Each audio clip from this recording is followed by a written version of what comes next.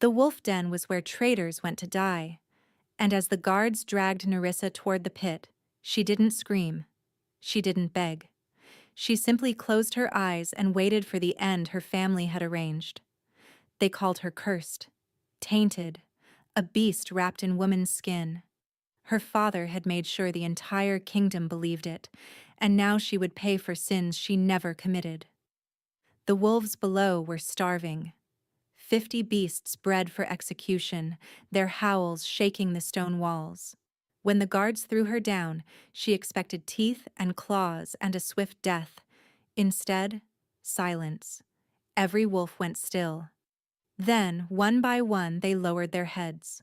The crowd above erupted in chaos, but one voice cut through it all, cold and absolute. "Stop the execution." Alpha King Karis of Valdorn stood at the edge of the pit, his pale gray eyes fixed on the impossible sight below. A woman standing unharmed among wolves who should have torn her apart. "She belongs to me now," he declared. He would take her as his wife. He would protect her from those who wanted her dead. But he made one thing clear from the start. He would never love her. Neither of them understood how impossible that vow would be. The pit stank of blood and desperation. Nerissa had smelled it long before the guards dragged her through the fortress gates, long before the jeering crowd parted to let them pass. It clung to the ancient stones, seeped into the iron grates that covered the wolf den below. Generations of condemned souls had met their end here, and their terror had soaked into everything. Now it was her turn. "Move." A guard shoved her forward, and Nerissa stumbled, her bound wrists making balance impossible. The coarse rope had rubbed her skin raw during the 3-day journey from her father's estate. She'd stopped feeling the pain somewhere around the second day. The crowd that had gathered was enormous. Nobles in fine furs pressed against merchants in worn wool, all of them craning for a better view. Public executions were rare entertainment in Valdorn, and a traitor being fed to wolves was rarer still. "Is that her?" someone whispered. "The beast blood? Look at her eyes. Keep your distance." They say she killed her betrothed, ripped his throat out when her beast side took over. Nerissa kept her head down, her hood pulled low. Let them believe what they wanted. Let them believe what her father had told them. The truth didn't matter anymore. The guards halted at the edge of the pit. Below, the wolves paced. 50 massive beasts, ribs showing through matted fur, their eyes gleaming with hunger. They hadn't been fed in weeks. The crowd knew this. That was part of the spectacle. "Nerissa Corvain," the executioner announced, his voice booming across the courtyard. "You have been found guilty of murder by unnatural means. The sentence is death." A rough hand yanked back her hood. Gasps rippled through the crowd. Nerissa felt their stares like physical blows, knew what they were seeing. Her eyes, normally dark brown, had begun to glow with faint amber light. It always happened when her emotions ran high, the mark of beast blood, the proof of her corruption. "Look at her eyes. Monster! Throw her in!" The guards grabbed her arms and lifted. For one suspended moment, Nerissa hung over the pit, staring down at the wolves who would tear her apart. She thought of her mother, dead when she was young, her sister Meridia, who'd testified against her at the trial, her father, who'd orchestrated this entire nightmare. Then they let go. She fell. The impact drove the breath from her lungs.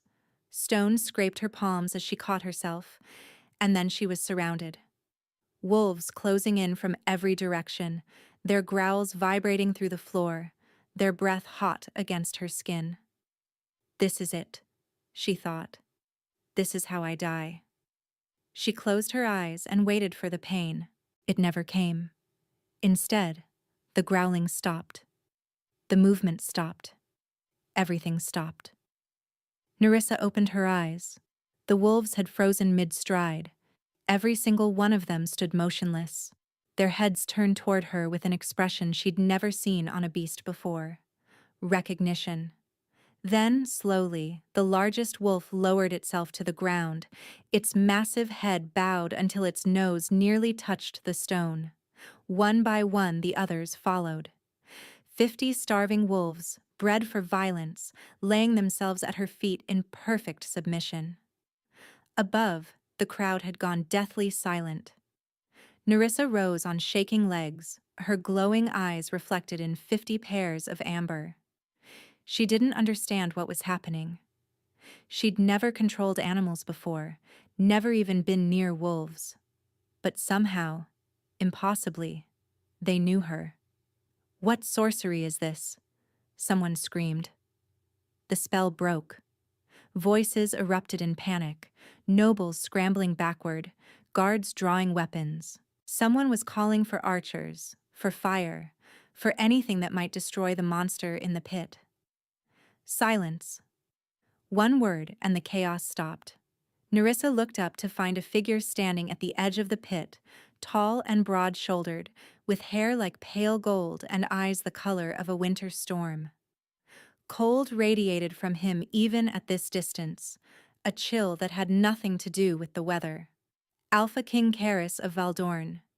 He studied her for a long moment, his expression revealing nothing. Then he turned to the executioner. "This woman is no longer condemned." "Your Majesty?" The executioner gaped.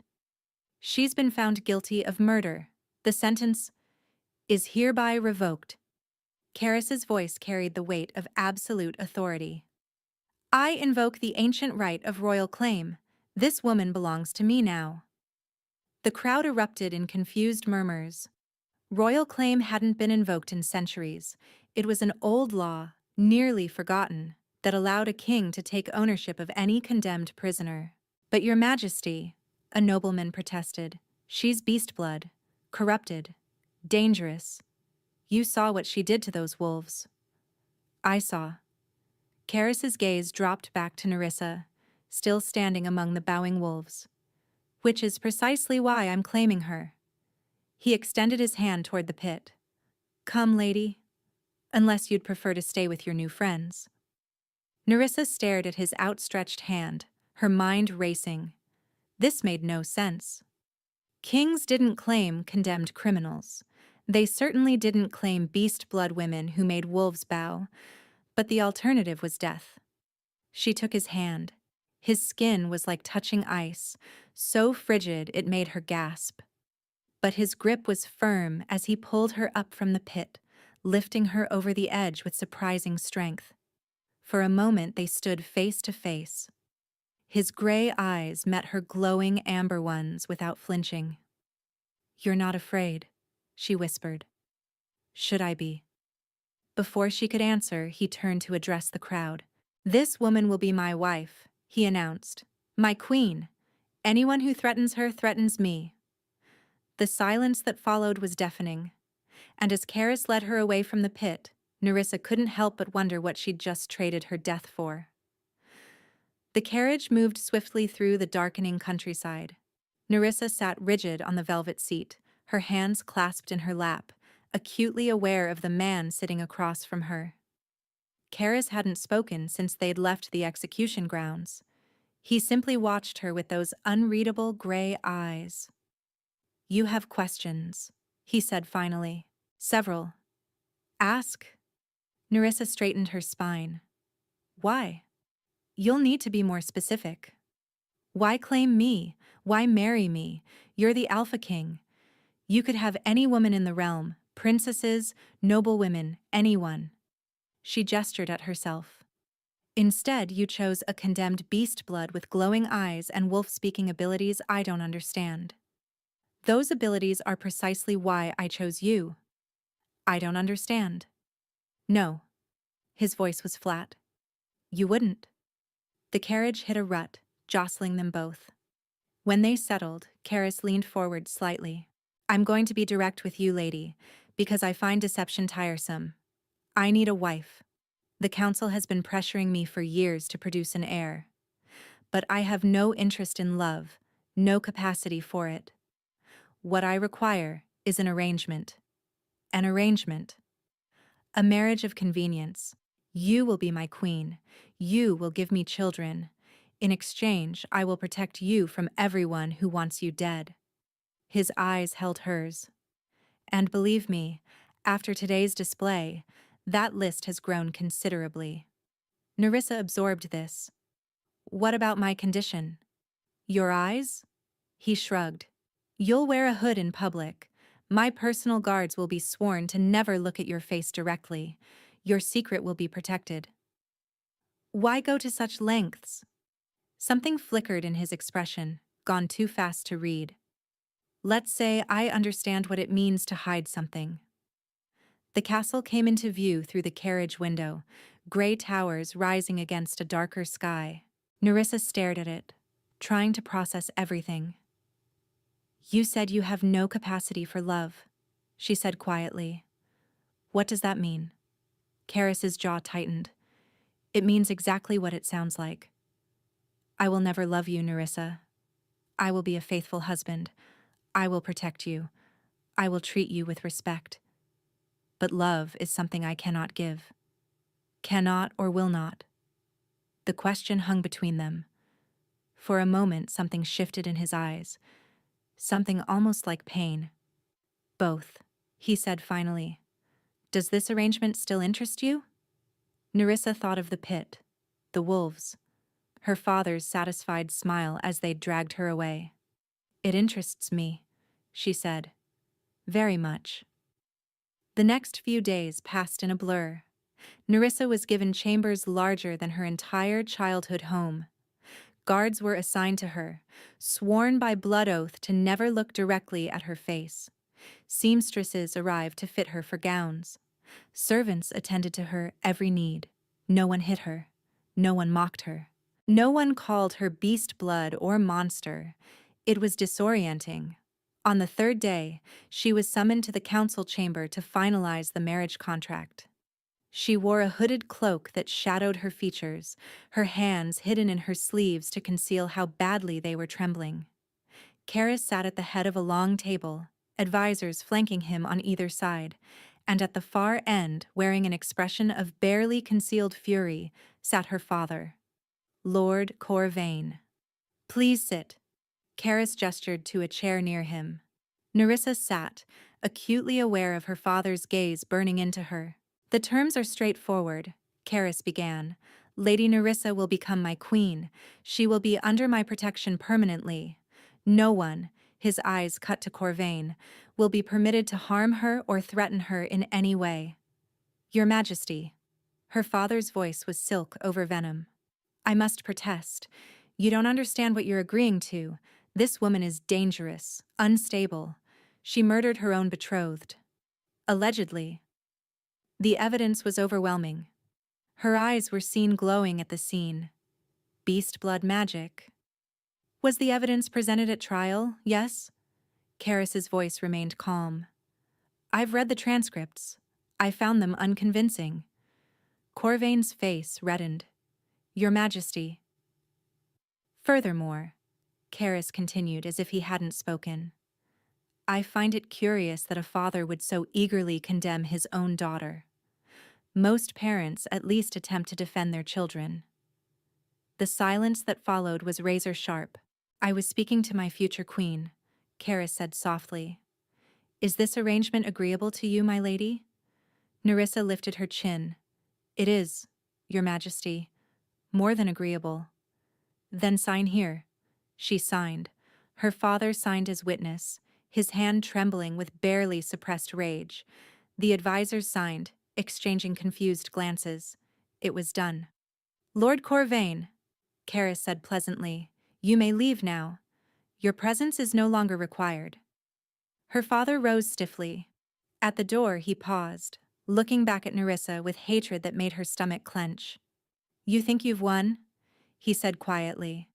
But when he discovers what truly sleeps inside you, he won't protect you. He'll be the one holding the blade. Then he was gone. The wedding took place 5 days later. Nerissa stood before the great cathedral doors, her heart pounding beneath the elaborate gown the seamstresses had crafted. A delicate veil covered her face, thin enough to see through but thick enough to shadow her features. The crowd inside was enormous. Every noble in Valdorn had come to witness the impossible, their cold, untouchable king taking a condemned beast blood as his queen. The whispers started the moment she entered. She's still wearing a veil. What's wrong with her face? I heard her eyes glow like a demon's. Nerissa kept walking, her gaze fixed on the altar where Karis waited. He wore black, as she'd expected. The formal clothing emphasized his broad shoulders, his commanding height. His pale gold hair was pulled back, revealing the sharp planes of his face. Beautiful, she thought. Beautiful and cold as winter itself. She reached the altar. The priest began the ceremony. Through the veil, she watched Karis's expression remain perfectly neutral. No warmth, no nervousness, no emotion at all. He said his vows with the same detachment he might use to discuss trade agreements. Then it was her turn. Do you, Nerissa Corvain, take this man as your husband, your king, your mate? I do. Karis leaned close, his breath cold against her ear. I meant what I said.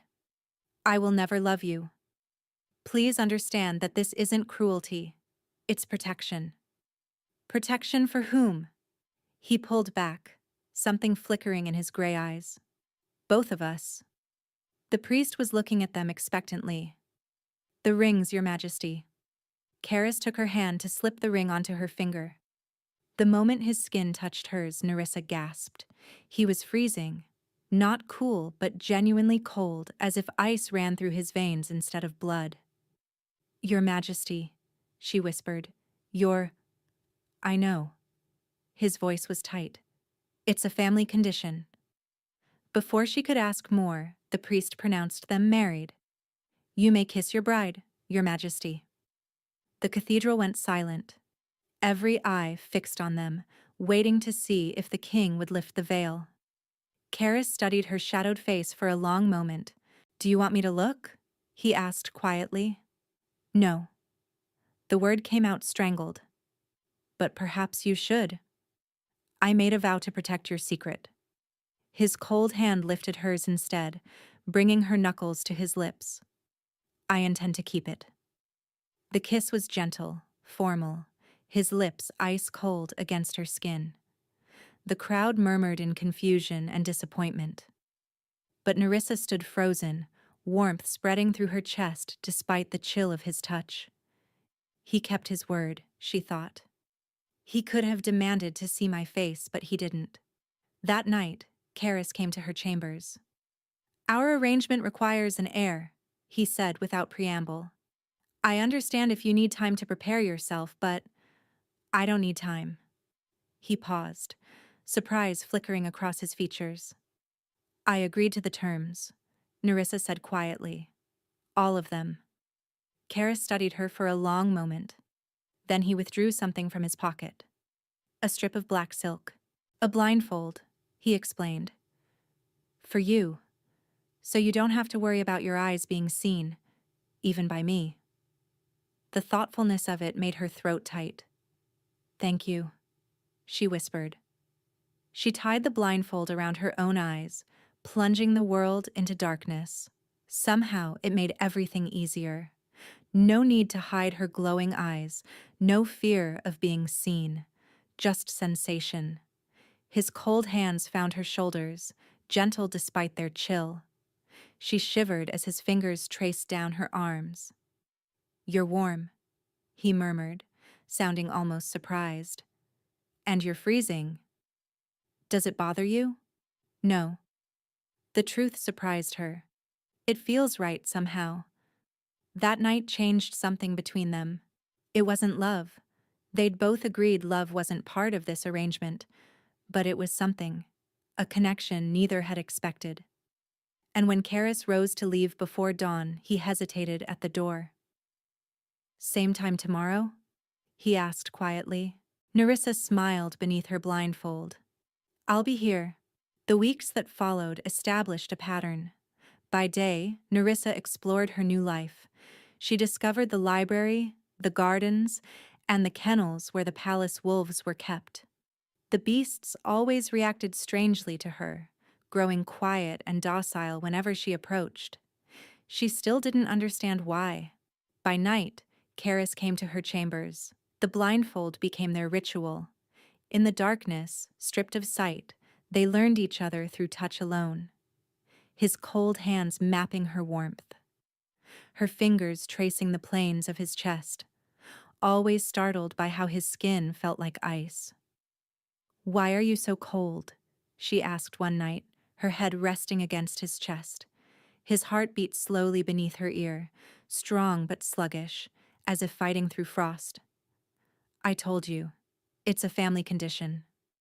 "That's not an answer." Silence stretched between them, then quietly, "It's the only answer I can give." She let it go. For now. 1 month into their marriage, something shifted. Karis began arriving earlier each evening. Sometimes he came before sunset, sharing dinner with her in her chambers before leading her to bed. He stayed longer too, his cold body pressed against her warm one, as if drawing heat from her very presence. Some mornings she woke to find him still there. "You stayed," she said the first time it happened, unable to hide her surprise. "You're warm," he mumbled against her hair, still half asleep. "I haven't felt warm in years." Her heart clenched. She began doing small things to keep him comfortable. Building up the fire before he arrived, laying out extra blankets, wearing soft fabrics that wouldn't chill against his frozen skin. He noticed. He never commented, but she saw it in his eyes, that flicker of confusion that appeared whenever she showed him kindness. "Why do you do that?" he asked one evening, watching her stoke the fire. "Do what?" "Care for me. Anticipate my needs." His brow furrowed. "We have an arrangement. You're not required to—" "I know I'm not required." She turned to face him. "I want to." That night, for the first time, he told her she didn't need the blindfold. "Keep your eyes closed," he said instead, his cold fingers tracing her face in the darkness. "Let me learn you this way." She kept them closed as his hands mapped her features, her cheekbones, her jaw, the curve of her lips. When his fingers brushed her eyelids, she felt him hesitate. "What do they look like?" he asked. "When they glow?" "Amber? Like a wolf's." "I'd like to see them someday." His voice was soft. "If you'd let me." Her heart stuttered. "You might not like what you see." "I doubt that." Later, tangled together in the darkness, his arm around her waist, Nerissa allowed herself to acknowledge what she'd been denying for weeks. She was falling in love with him. With his unexpected gentleness, his dry humor that emerged when his guard was down, the way he held her as if she were something precious. But he'd been clear from the start. He would never love her. The question was, why? 2 months into the marriage, Nerissa confirmed what she'd suspected for weeks. She was pregnant. The healer delivered the news with a broad smile, clearly expecting joy. And there was joy, deep and genuine, but beneath it coiled fear. That evening, she waited for Karis in her chambers, hands pressed against her still flat stomach. He knew something was different the moment he walked in. "What's wrong?" He crossed to her immediately, his cold hands cupping her face. "You're pale. Are you ill?" "Not ill." She took a shaky breath. "Karis, I'm pregnant." Stillness. His hands remained on her face, frozen in place. She couldn't read his expression, couldn't tell if the news pleased him or simply satisfied the terms of their contract. Then his hand slid down to her stomach, pressing gently against the fabric of her gown. "We're having a child," he breathed. And she heard it, wonder and joy, something almost like awe. "You're happy?" She hadn't meant to sound so uncertain. "Happy?" He pulled her close, his arms wrapping around her with fierce gentleness. "Nerissa, this is... I never thought. His voice broke. She held him as he trembled against her, this cold, controlled king who never showed emotion. Something was breaking open inside him, something he'd kept locked away for so long. I love you, she whispered. The words slipped out before she could stop them. Karis went rigid. I know you said you couldn't love me back, she continued quickly. I know that wasn't part of our arrangement, but I need you to know, whatever happens, whatever comes next, I love you. Nerissa, you don't have to say anything. I just needed you to know. Slowly, his arms tightened around her, his face buried in her hair. I love you too. The words were barely audible. What? She pulled back, searching his face. I love you. His gray eyes met hers, and for the first time she saw fear in them. Real, raw terror. I tried not to. I swore I wouldn't. But He stopped mid-sentence. His eyes went wide. His hand flew to his chest. Karis? Frost was spreading across his skin. Not the usual cold, but visible ice, crystallizing over his knuckles, climbing up his wrists. No, he gasped. Not yet. I didn't. His whole body convulsed. Karis! She caught him as he collapsed, lowering him to the floor. His skin was colder than she'd ever felt it, ice forming on his lips, his eyelashes, his cheeks. What's happening? Tell me what's happening. A curse, he managed, his voice fading. On my bloodline, we cannot love. What? If we fall in love? His eyes fluttered. Our hearts freeze. We die. No. She shook her head wildly. No, that can't. There has to be a way. I chose you because I thought I could never love someone whose face I'd never see. A ghost of a smile crossed his frozen lips. I was such a fool. Stop talking like you're dying. Tears streamed down her face. You're not dying. I won't let you. Look at me. His cold hand found her face, trembling. Before I go, let me see your eyes. She didn't hesitate. The eyes she'd hidden her whole life opened wide, glowing amber in the dim light. Karis stared at them with wonder. Beautiful, he breathed. I knew they would be. This was supposed to make you hate me. She was sobbing now. You were supposed to see the beast in me and stop loving me. I see no beast. His thumb traced her cheekbone. Only the woman I love. His eyes closed. The frost spread faster. Help! Nerissa screamed. Someone help me! The king is dying! 3 weeks later, Nerissa stood before the council as Queen Regent. Karis lay in his chambers, suspended between life and death. The frost had consumed most of his body, leaving only his face visible through the ice. Healers came and went, but none could help. I want a witch, she announced, the most powerful one you can find. The advisors exchanged uneasy glances. Your Majesty, witchcraft is heavily restricted. I don't care about restrictions. Find me someone who can break this curse, or I will tear this kingdom apart looking for one myself. They found her a witch. The old woman arrived 3 days later, her eyes milky with age but sharp with power. She examined Karis thoroughly, her gnarled hands hovering over the ice. Ancient magic, she pronounced, a bloodline curse woven deep, very old, very cruel. Can you break it? Not with my abilities. The witch straightened. This requires fire to counter ice, powerful fire from a magical source. Nerissa's heart sank. Where would I find? You wouldn't need to find it. The witch's clouded eyes turned toward her. You have fire in you, child. Dormant, bound. But there. What are you talking about? Your beast blood. It's not a curse. It's inherited magic. Fire and beast speech combined. The witch moved closer, studying Nerissa with unsettling intensity. Someone sealed your abilities years ago. Who? The question hit Nerissa like a physical blow. My father, she whispered. When I was 13, right after my magic first manifested. And when did your betrothed die? A few months later. The witch nodded slowly. Then you couldn't have killed him. Not with magic. Your abilities were already bound. The realization crashed over Nerissa like a wave.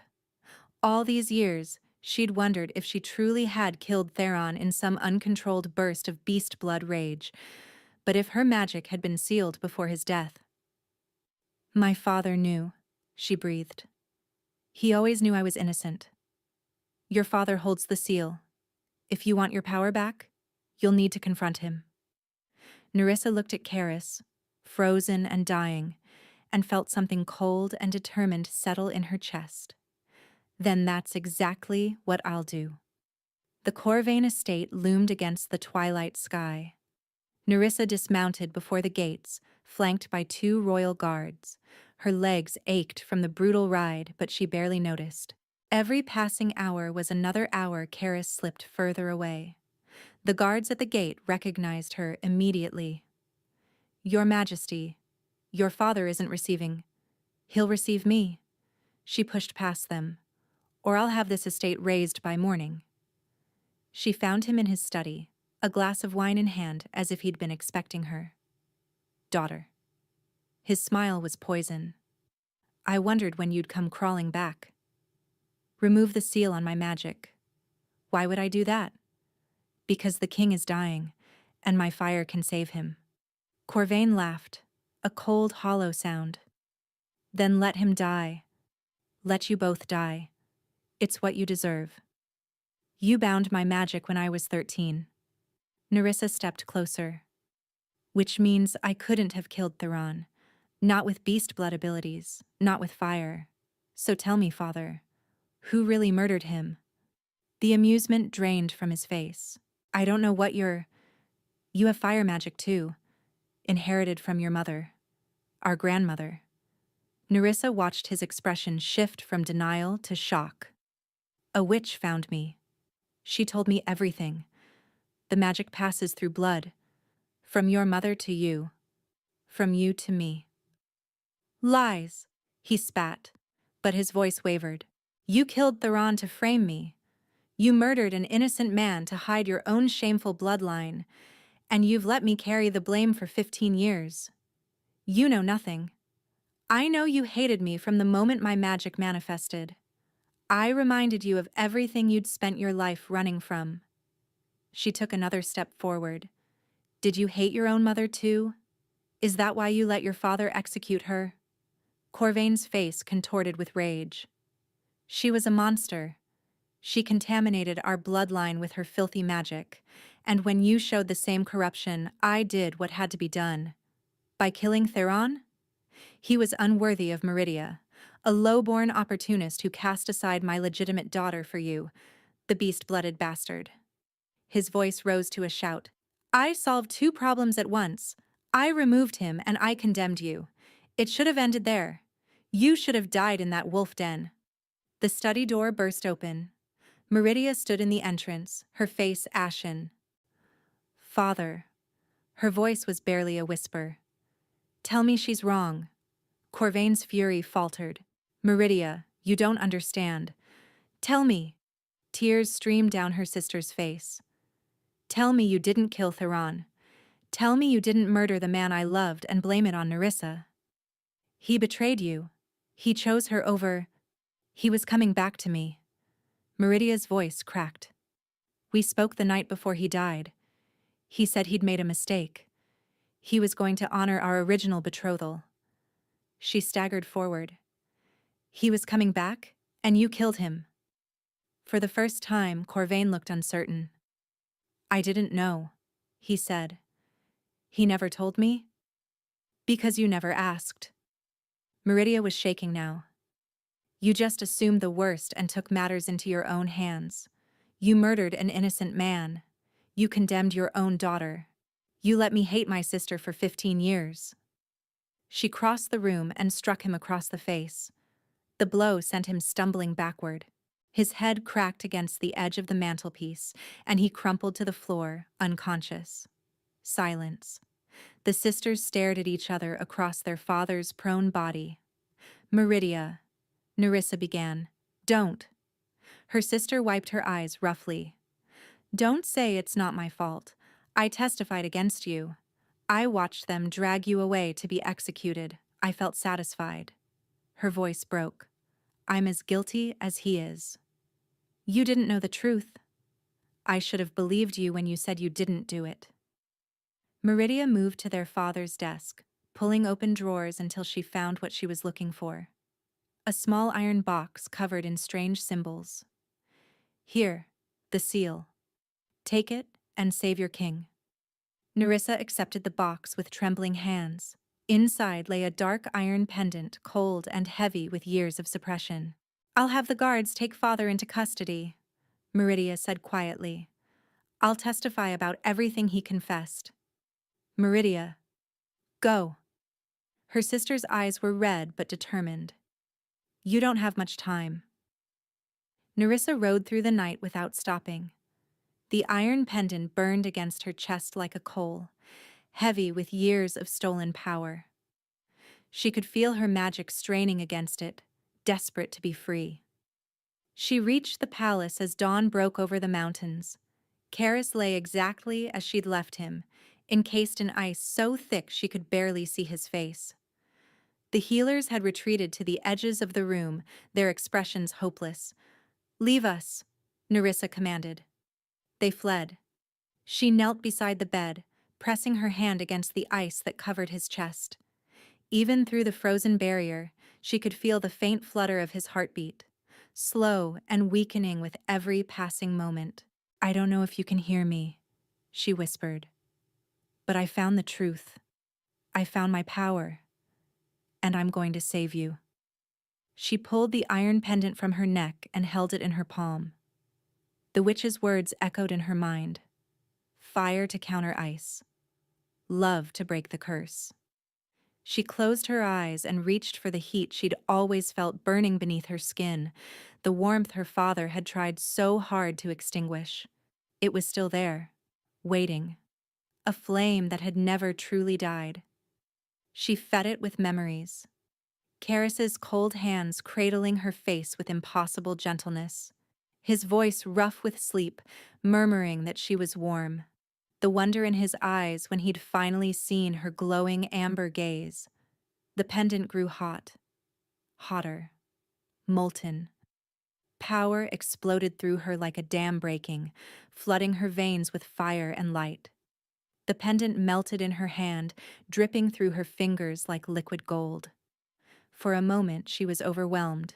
The magic was wild, uncontrolled, 15 years of suppressed power roaring back to life all at once. She could feel it threatening to consume her, to burn her from the inside out.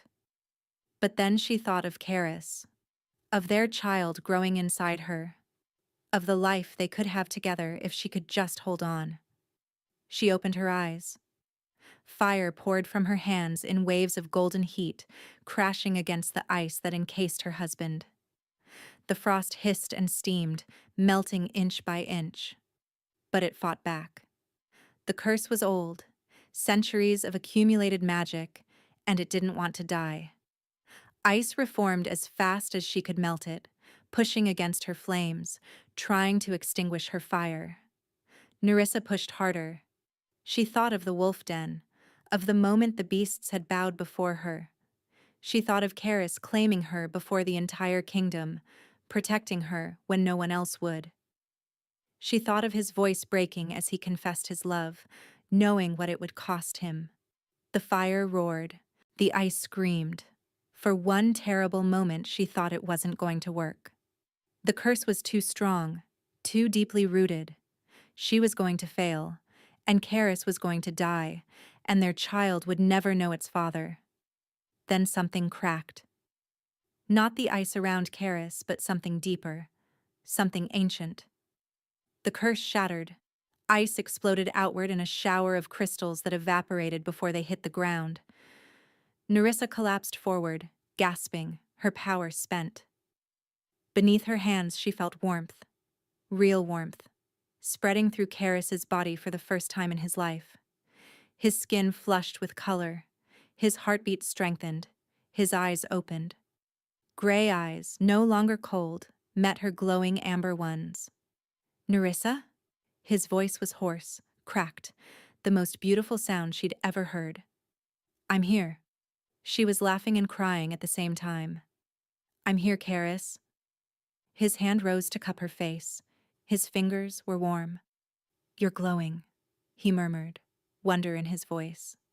"So are you." She pressed her forehead to his. "The curse is broken. For you. For our child. For your entire bloodline. You saved me. We saved each other." He pulled her close, and for the first time his embrace was warm. The wolf den had been transformed into a garden. Where once there had been iron grates and blood-stained stone, now there were flowers blooming in careful rows. A fountain played in the center, its water catching the sunlight. The wolves roamed freely beyond the walls, guardians instead of executioners. Nerissa stood at the edge of the garden, their son Calum sleeping in her arms. He had his father's pale gold hair and her amber eyes, a perfect blend of ice and fire. Footsteps approached. She turned to find Karis walking toward her, healthy and strong. There was color in his cheeks now, warmth in his skin. The curse was broken completely, not just for him, but for their entire bloodline. Calum would never know the cold prison his father had endured. "There you are," Karis said softly. He pulled her close, careful not to wake the baby, and pressed a kiss to her temple. The council session ran long. Meridia's reform proposals? Approved unanimously. He smiled. Full rights for magic users. Training academies in every province. Your sister is quite persuasive. Nerissa leaned into him, feeling his heartbeat strong and steady against her back. Meridia had proven herself a fierce ally in the months since their father's arrest. She'd testified at his trial, stood beside Nerissa before the council, and dedicated herself to undoing the damage Corvain had caused. It didn't erase the years of hatred between them, but it was a start. "They threw me into this pit to die," Nerissa said quietly, looking out over the transformed space. "The wolves went silent, and you claimed me. Best decision I ever made. You didn't even know me. I knew enough." He turned her to face him, his gray eyes warm with love. "I knew you were brave. I knew you were different. I knew that somehow, impossibly, you might be the one person in this world who could save me. You thought you were incapable of love. I was wrong." He kissed her forehead, her cheeks, and her lips. "I was wrong about so many things, but not about you." Calum stirred between them, making a soft sound. They both looked down at their son, this miracle they'd created together. "We were both prisoners," Nerissa said, "of expectations, of curses, of fear. And now?" She smiled up at him, her eyes glowing faintly in the afternoon light. "Now we're free. Thank you for listening to this story. If you enjoyed it, please like, subscribe, and leave a comment below. I read every single one, and they mean more than you know.